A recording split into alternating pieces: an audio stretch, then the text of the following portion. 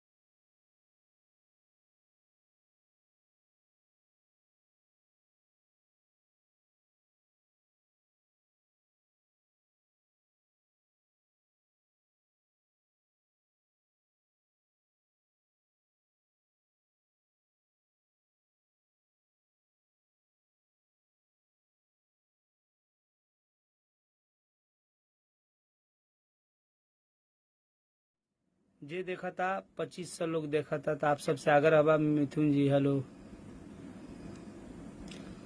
सबको। यह बहुत ही प्यारा सॉन्ग बा ये बाबू आमला हाथे से थामला, हम और संध्या सरगम जी गावल गाना है, कृष्णा भैया गीत संगीत आर्या के।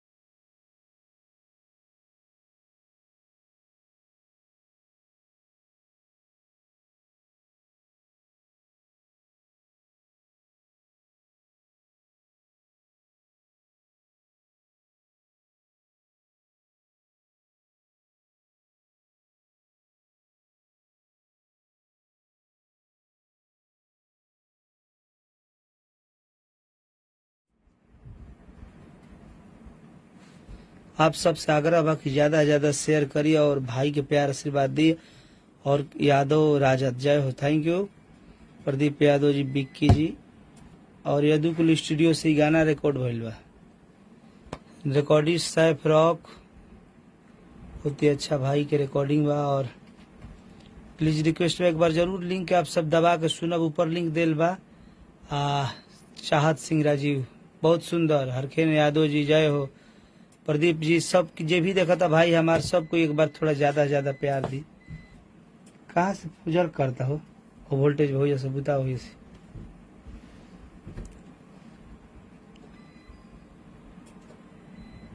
प्रदीप जी जय हो भाई। और प्रियंका एंटरटेनमेंट एगो चैनल बा, भी पुराने गाने 1 मिलियन हो गइल बा 5-7 घंटा में। वो चैनल के आप सब सब्सक्राइब जरूर करो। वोल्टेज में गया प्रदीप जी। कमल अंसारी जी हेलो। परदेसी पिया, कल भी गाना रिलीज भइल बा एगो यारवा पिटाता, आज गाना ही रिलीज। तो आप सबसे आग्रह बा कि ज्यादा से ज्यादा सुनी और प्यार आशीर्वाद दी। नमस्ते, प्रणाम, हर हर महादेव।